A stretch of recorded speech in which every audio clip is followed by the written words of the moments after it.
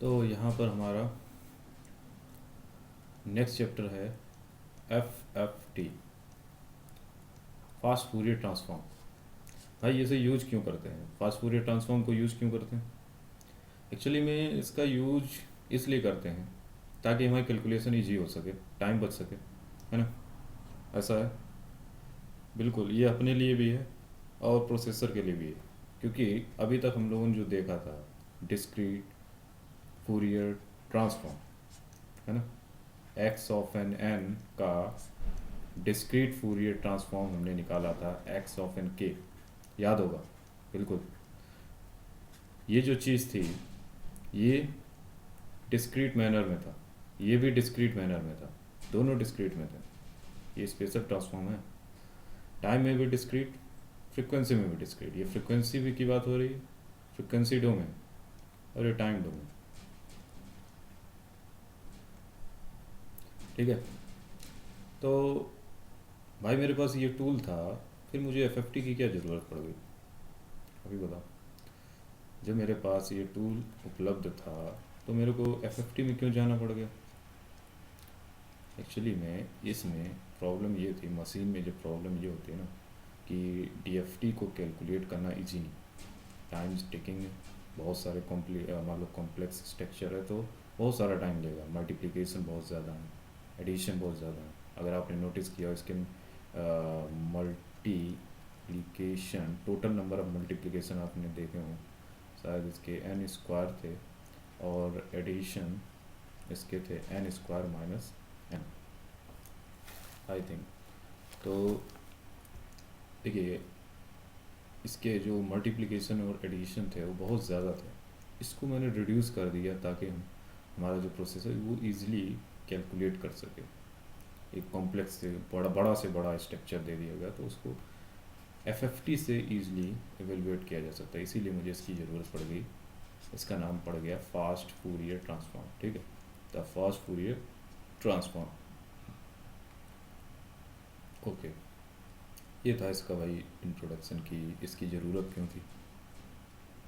अब हम लोग देखिए यहाँ पर हम लोग डेरिवेशन नहीं करने वाले, यहाँ पर हम लोग बिल्कुल शॉर्ट ट्रिक देखेंगे, क्योंकि इसको याद रखना इजी नहीं है।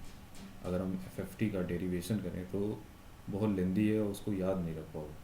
हमारा जो जैसे एग्ज़ाम वगैरह में जो पूछा जाता है एफएफटी, वो दो तरीके की होती है, डी आई टी और एक होती है डी आई एफ। इसके भी दो वेरिएंट होते हैं, D I T F F T, एक होता है D I F F T, सुना होगा। ये इन्वर्स फूरियर ट्रांसफॉर्म है, ये ट्रांसफॉर्म है।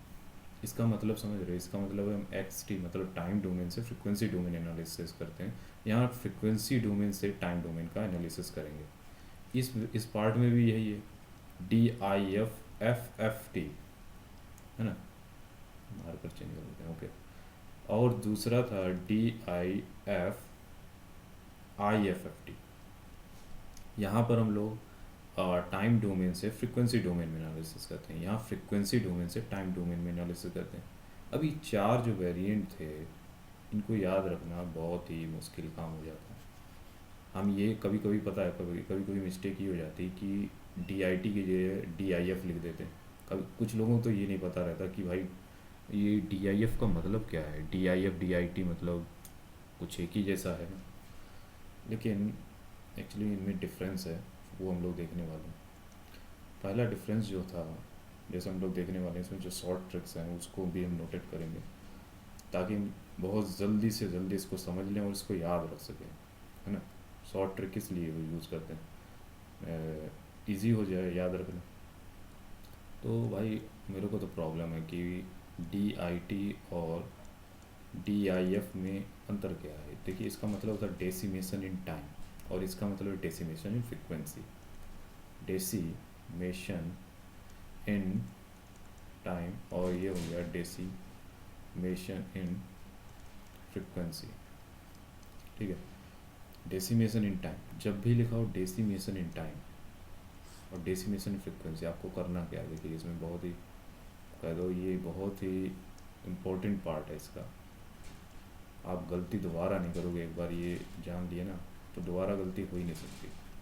यहाँ पर डेसिमेशन इन टाइम, जब भी डेसिमेशन इन टाइम हो, देखिए इस पे थोड़ा मैं ज़्यादा कहूँगा, ये बहुत इंपॉर्टेंट है, इस पर थोड़ा गौर करें। जब लिखा डेसिमेशन इन टाइम, मतलब टाइम वाले में, इस वाले में जो ऑर्डर ऑर्डर नहीं हो, मतलब जो नंबर होगा, मतलब x of n zero, x of n one, dot dot dot x of n मान लो 7, मतलब अगर 8 पॉइंट DFT है हमारा, तो ये ऑर्डर होगा 0 1 2 3 4 5 6 7, वो ऑर्डर नहीं होगा, ऑर्डर ब्रेक। ठीक है, इसको मैं एक स्पेशल नाम दे देता हूँ, इसको कह देता हूँ प्रो ऑर्डर, प्रो ऑर्डर। और ये जो 0 1 2 3 4 5 7, इसको मैं कह देता हूँ सिंपल ऑर्डर, है ना। तो यहाँ प्रो ऑर्डर होगा और यहाँ सिंपल ऑर्डर होगा। देखो याद रखना कितना आसान हो गया ना, कि DIT अगर लिखा है तो इसका मतलब हो गया टाइम में प्रो ऑर्डर और फ्रिक्वेंसी में सिंपल ऑर्डर। इसी तरीके से अगर हम DIF लिखा हो कहीं, देखिए क्वेश्चन में ध्यान से देखिएगा, ये अगर DIF लिखा यानी फ्रिक्वेंसी में डेसिमेशन कर दिए, तो ये कहाँ कौन सा ऑर्डर फॉलो करेगा, प्रो ऑर्डर। किस में, फ्रिक्वेंसी डोमेन में, मतलब फ्रिक्वेंसी डोमेन में ये वाला ऑर्डर फॉलो करेगा। और ये जो टाइम डोमेन था, ये टाइम डोमेन पता है सबको, ये टाइम डोमेन, ये फ्रिक्वेंसी डोमेन, इसमें इसमें सिंपल ऑर्डर फॉलो करेगा। चलिए मैं आप दोनों चीज़ें भी यहाँ लिख देता हूँ कि सिंपल ऑर्डर और प्रो ऑर्डर हैं क्या, कैसे आप जानोगे। ठीक है, तो सिंपल ऑर्डर का मतलब समझो। ये भाई सिंपल ऑर्डर क्या है, simple order x of n zero होगा, एक्स ऑफ एन वन, ये टाइम में आपको दिखेंगे और ये ऐसे ही जाते जाएंगे और 7 तक या जितना भी है आपका n तक, वो तक आप जाना है इस तरीके से, ये होता है सिंपल ऑर्डर।